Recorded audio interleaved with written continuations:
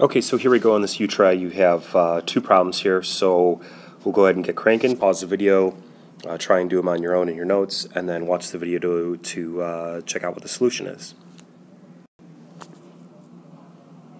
Okay, so we look at this one. We have a couple different situations here. We don't have a variable in the denominator, so don't let that confuse you. The denominator underneath the 2 is a 1, and so we look at the greatest common value that we can have for the denominator, and the easiest way is to take the 4, the 1, and the 3 and multiply them together. And so if we take 4 times 1 times 3, that's going to be 12. So it doesn't matter whether it's the least common, it really doesn't matter. As long as it's a number that's in common, that will work. So we're going to go ahead and multiply the denominators so we can get 12. And just remember, let me change the color on this. Just remember that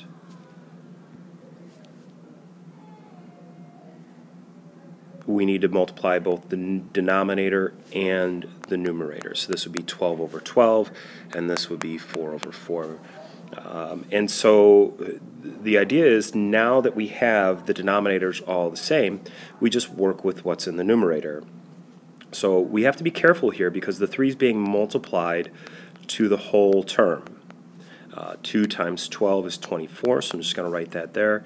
And then we have 4 times this whole term of 2x plus 1. So make sure you put what's in the numerator in parentheses so we know to distribute. If you don't do that, you might make a mistake and it's going to actually change your answer. So we'll go ahead and distribute these guys. So we get a 6x minus 9 plus 24 is equal to 8x plus 4. We'll go ahead and balance the equation out. I get a 6x plus 15 is equal to 8x plus 4. I'm going to go ahead and subtract 6x from both sides and 4 from the other side, so the x is going to end up on the right with a positive 2x, and then we get an 11 on the other side. So x is going to equal 11 halves. So as we see here, this one's a little bit simpler. We don't end up with a quadratic because we don't have x in the denominator. And so with this piece, the other issue is we got to make sure that we put parentheses around our terms here to make sure that we distribute in that next step. Okay, so on to the second one. We'll do that down here.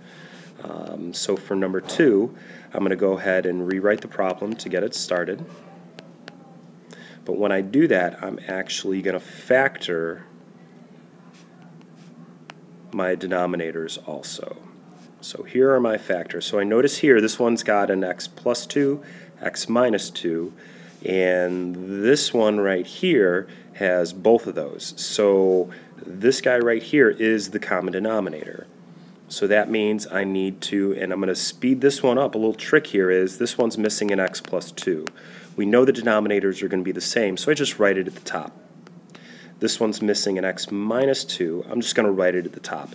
And we know that the denominators are going to be the same, so I'm going to cross that out. I'm just going to ignore it. I don't need it. Rewrite the numerator. I have x times x minus 2. The 8 didn't need any changes. And then 2 times x plus 2. And we can see here that this one's going to create a quadratic, so we should know that 2 solutions are going to appear. I'm going to go ahead and distribute. X squared minus 2x minus 8 is equal to 2x plus 4. Subtract the 2x and subtract the 4, and that leaves me with x squared minus 4x minus 12.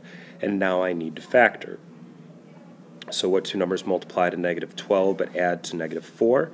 That's x minus 6, x plus 2.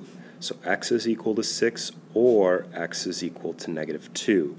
Now if we look at our original problem, the negative 2, if we look at that first piece, if I put in negative 2, I'm going to get 0 in the denominator, which is undefined. So the negative 2 does not work.